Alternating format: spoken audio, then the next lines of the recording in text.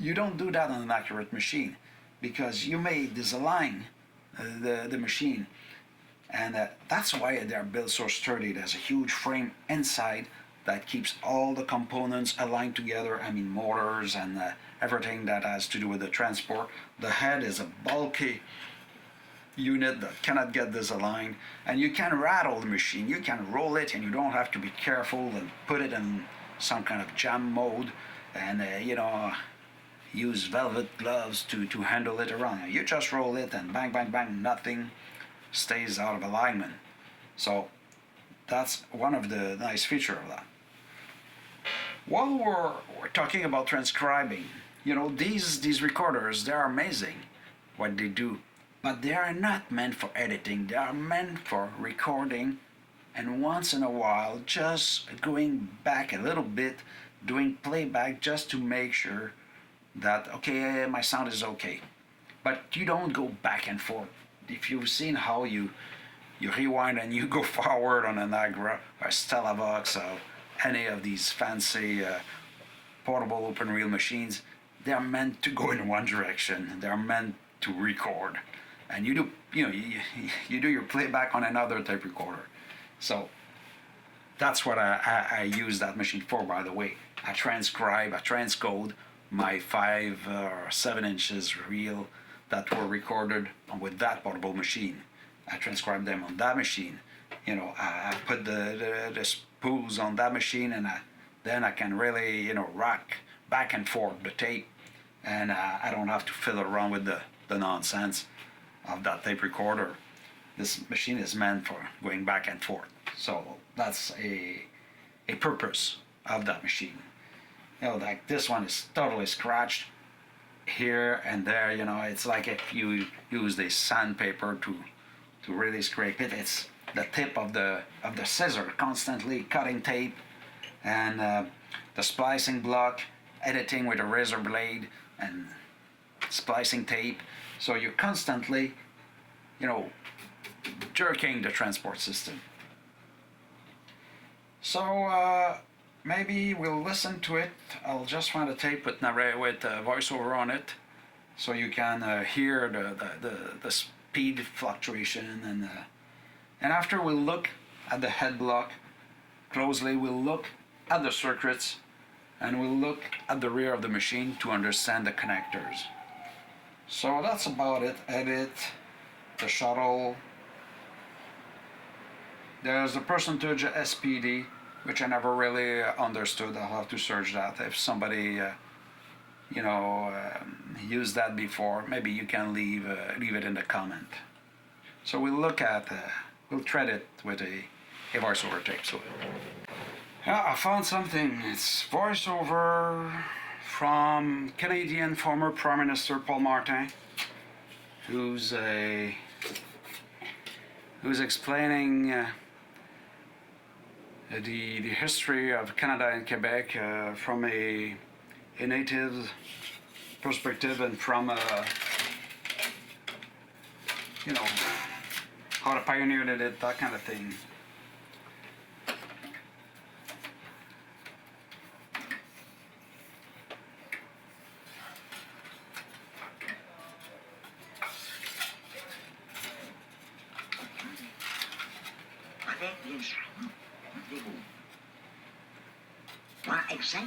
Mais aussi avec des périodes. Okay, there's something on that tape. Let's move it forward a bit.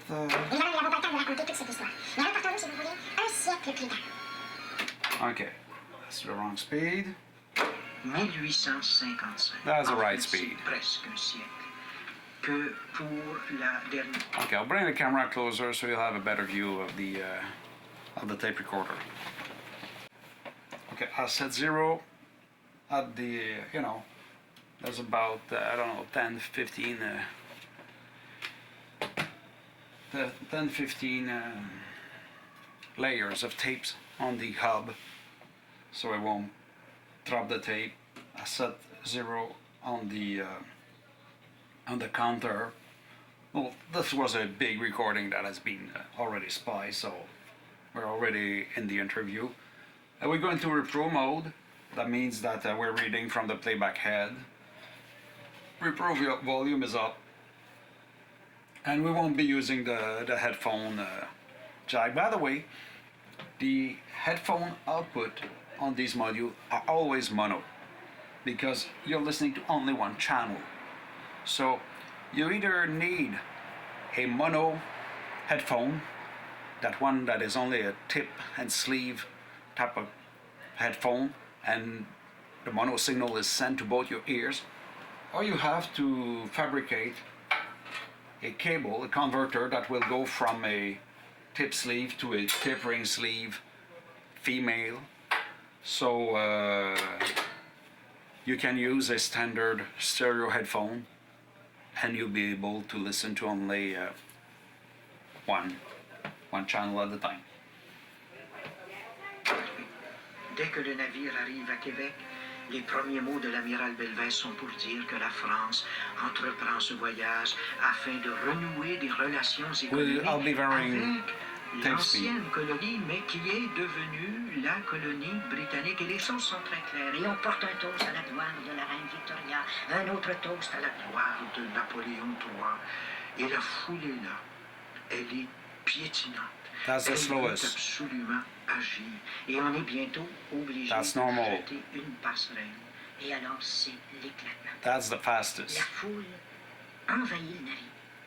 On se jette au bras des And moules. if you On les embrasse. push on it, Et alors il va se passer cette goes back to standard pavillon page français. speed. Alors on le descend. So that's one thing. There's a guide that you can pull out that will prevent the tape from touching the head when you're moving forward. So you won't be listening to the and you'll be sparing the heads. These heads are extremely sturdy. They are really, really, really made out of hard compound. But you know, if you just wind from one side to the other for all sorts of reasons, you don't want to wear the head. Let's listen to it when the tape touches the head. Un officier qui avait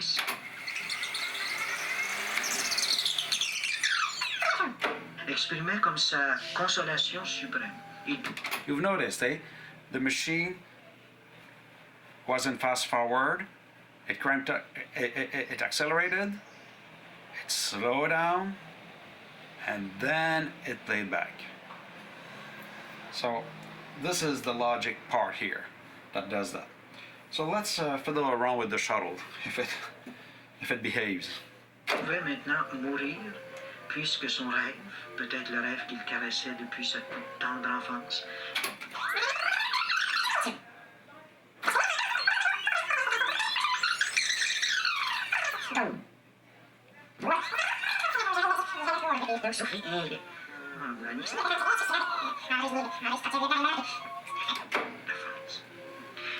As soon as you hit play while the shuttle is changing the speed or the direction, it goes back like if it were in the center, and it plays back at the right speed. So let's say there's silences, or you know that you don't want to hear the interviewer, and you recognize the pitch of her voice or its voice, and then you're just looking for the answer. L'amiral Belvès partira, eh bien il dira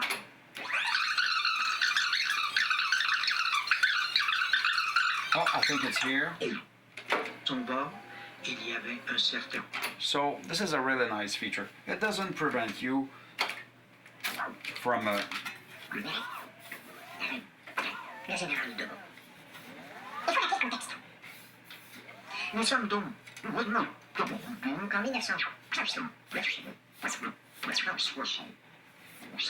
1960. Now I'm dead on it. en 67. Le Québec, depuis 7-8 ans, est en plein essor, en pleine effervescence. See, 50 En fait, il vit 503, ce que l'on a appelé 504, sa révolution Q. tranquille. Une sorte de Let's go further. Play. d'Angleterre qui est, il faut le Search to Q.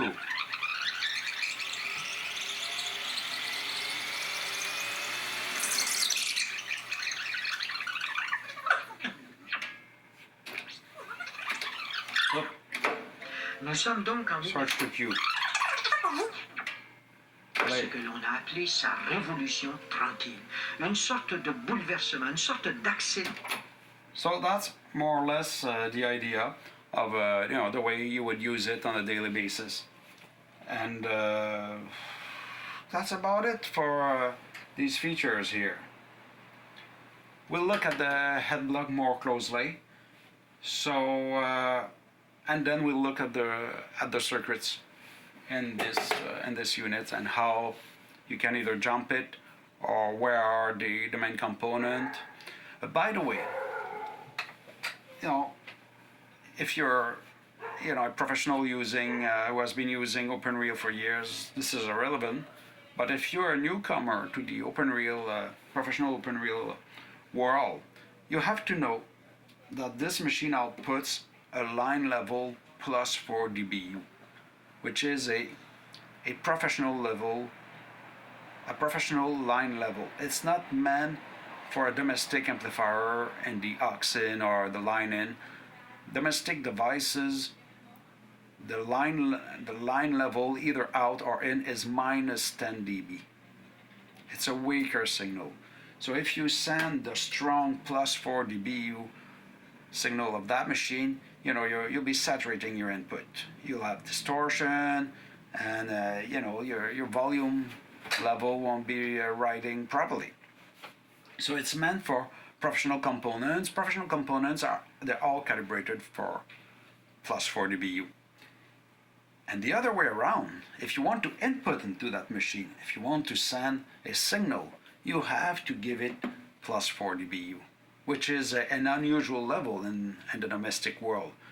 A tuner that outputs minus 10, a CD player outputs minus 10, a television outputs minus 10, a turntable, once it went through the phono preamp and you're using the tape rec out on your receiver or your amplifier, it is minus 10, so it will be too weak a signal for that machine. You won't be able, even if you put the record level to the highest setting, you won't be able to record a minus 10 dB signal.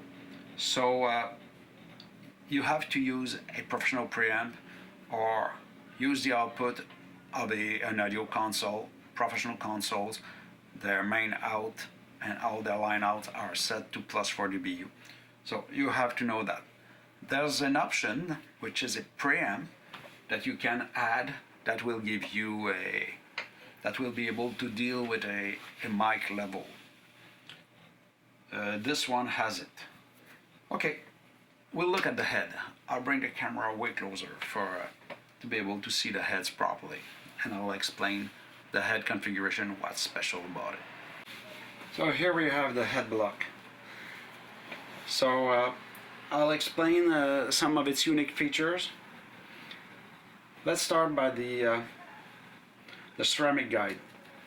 This is the first guide that keeps the tape aligned once it enters the head block, because this whole head block, as I explained before, can be pulled away. So it's ceramic, which is fairly unique. Ceramic doesn't wear as fast as iron or steel, so it stays polished, and it stays it's more accurate, let's say, than a steel guide. Here you have a big steel guide. Then you have a hole for the extra head, and then you have the erase head, this first head here, and then you have another ceramic guide, and then you have, I'll remove the tape. Dans tous les secteurs de... I'll just pull out the tape.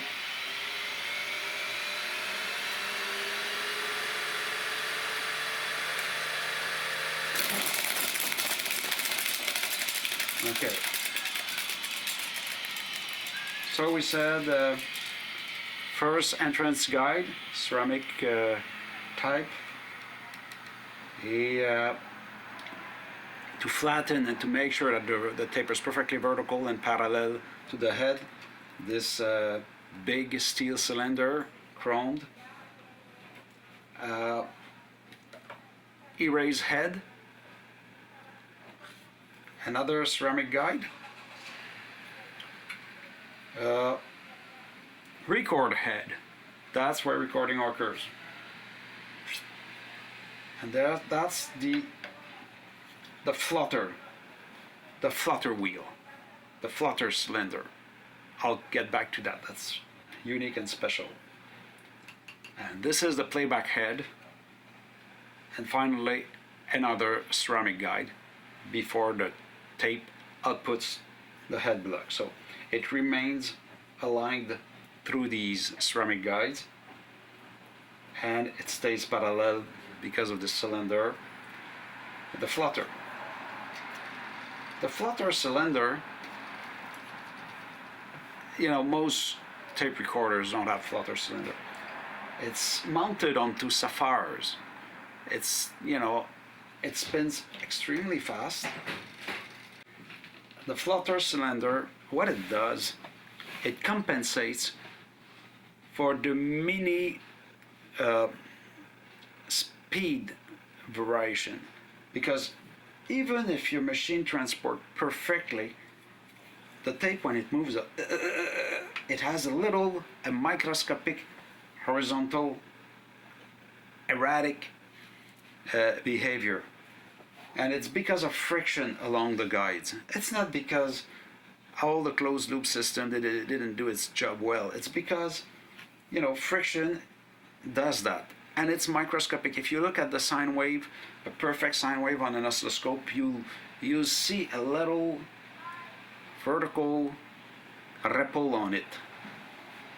And what this flutter wheel does, it absorbs it very close to the just before the playback head when it will reproduce. So it compensates, it catches that micro fluctuation. That's why it's mounted on sapphire, and that's why it's so accurate. And its weight and its geometry allows for that. So it removes a small flutter. That's why they call it the flutter cylinder. So, and it requires very specific adjustment in terms of lubrication. You don't lubricate that with regular oil. It's, you know, it's a piece of jewelry, and it requires that kind of care. Plus, here at the very end, there's a photocell that detects, and there's a light source and a photocell that detects the absence of tape, you know, to stop the entire transport system when the tape breaks, or when you're at the end of the of your spool. So, the garage door, that guide, that can be either controlled by a solenoid inside that pulls it out when you're doing fast forward and rewind, and you can push it in. If you want to listen while you're rewinding, you're waiting for a calibration tone, a 1000 hertz tone. So you hear people speak, and suddenly you have this beep, this high frequency beep. Well, that's where is the next interview, that's where whatever. So it's often useful to be able to listen to the signal while it's rewinding, and you can adjust the pressure, the depth, you know, you can put it light so it barely touches the head. So that's about the features of this this playback head, this playback block, the head block. And on the head block there's buttons also that controls just the small amplifier inside the machine for monitoring. So you can adjust the volume. It doesn't affect the line out. It affects only the speaker here. The speaker is controlled through a small amplifier, and you can decide which channel you listen to and how loud you listen to it. So that's about the head block. When the machine ages, if you find a machine on the web and you buy it, the pinch roller may have hardened.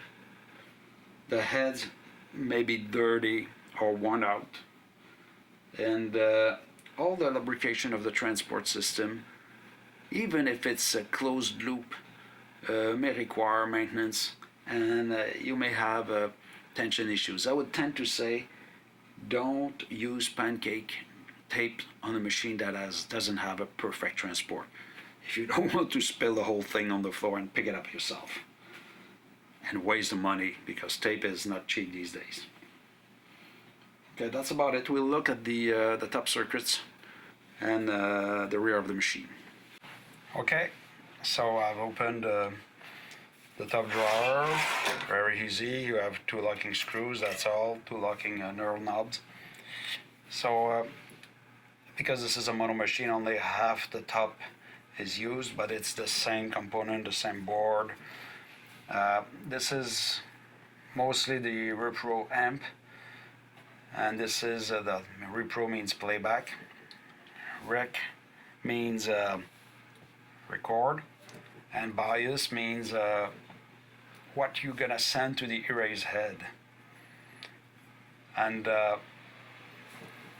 all the trim pots here, these are trim pots. They are used to set the high EQ and the low EQ. Same thing for the record amplifier, and this is the frequency and the setup of the bias, depending the kind of tape you're using. Here you have a switch. You move it up and down or down, and it allows you to go in a peak meter mode or VU mode. I'm in VU mode now. Then I'll be in peak mode. This is for the meter here. And there's an attenuator, a minus 20 dB attenuator that you can activate. That's about it here. I'll flip the machine and you'll be able to see the jumpers for the speed setting. So this is a close-up on the rear of the rec amplifier. As you can see, there's all sorts of little blue cables here, tiny wires. There are the jumpers that allows that machine to record and play back at a lower set of speed, which is 3 3/4, 7.5, and 15 inches seconds, instead of having access to the 3rd inches seconds.